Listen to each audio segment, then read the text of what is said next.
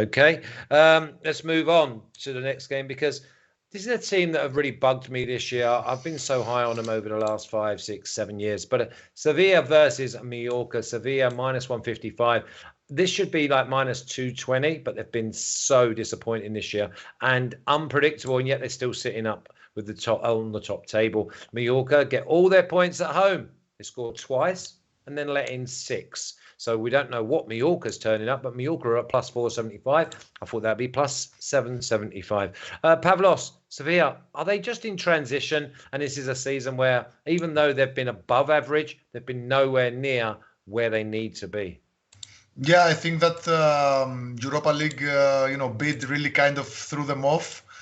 Because they probably spent too much energy and focus on that, and they even after they were eliminated, they haven't been all that good. They've won just 2 of their 7 matches since that, and they weren't actually easy wins. I mean, they beat Levante and Granada, and they conceded a couple of goals in both matches. And in fact, they've only kept just 1 clean sheet in their last, 8 or 9 matches.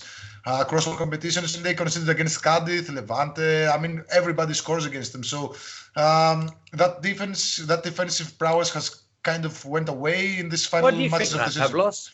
Why do you say that? Because like normally you'd say, oh, they've only let in 1 in the last 8 games, rather than they've only kept 1 clean sheet. It's the opposite end of the spectrum.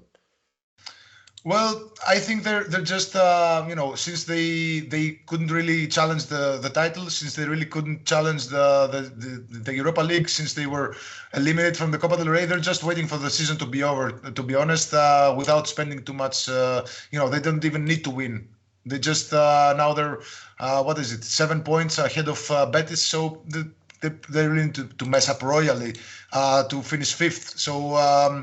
I don't trust this Sevilla side at this stage of the season, especially against Mallorca, who, yes, horrible on the road, just horrible on the road. But they conceded 6 goals to Granada the other day, so I could see Sevilla scoring multiple goals against them easily.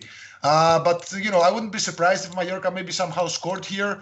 It's like a do or die for them. They probably gonna have to go out and score. So yeah, I could see some type of over here. But I guess Sevilla can score like easily 2 or 3 goals, maybe 4 against this horrible Mallorca defense.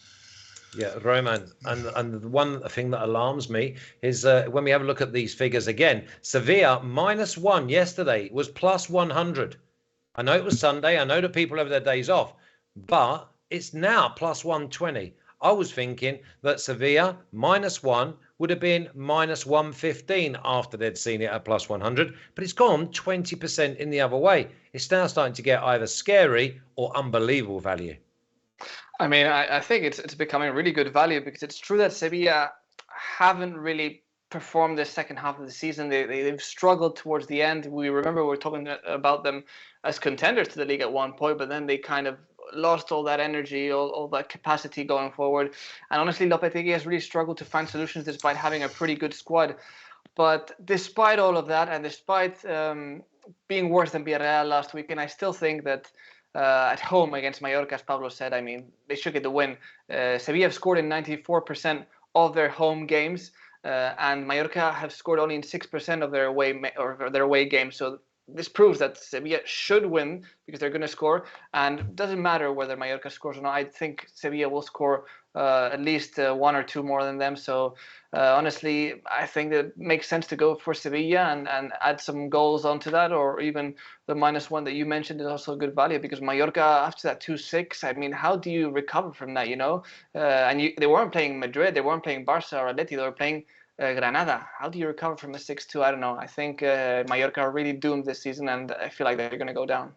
Yeah, and the bigger one, and this is obviously something that you really do understand if you actually played the game and you sat in the dressing room, it was draw at half time. So you've obviously had your instructions. You've gone out there and gone, right, okay, this is what we got to do to win the game.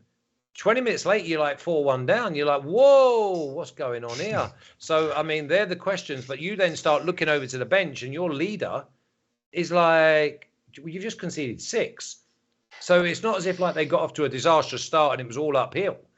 They would have took draw half time prior to the game, and then knowing that they can go strong at home second half.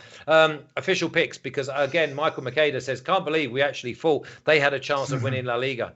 Yeah, we all thought that, because this is one of the strongest sides at back end of the season for the last 5 or 6 years. But it's been the opposite this year. It's been a bit funny, some of the European football this year. And I'm wondering if it's on the back of what we've been through over the last 2 years off of the pitch. Sevilla, -1, +120. Sevilla, and over 1.5 at +100. So a nice little 3-0, 4-1, 3-1. We are all going to be happy.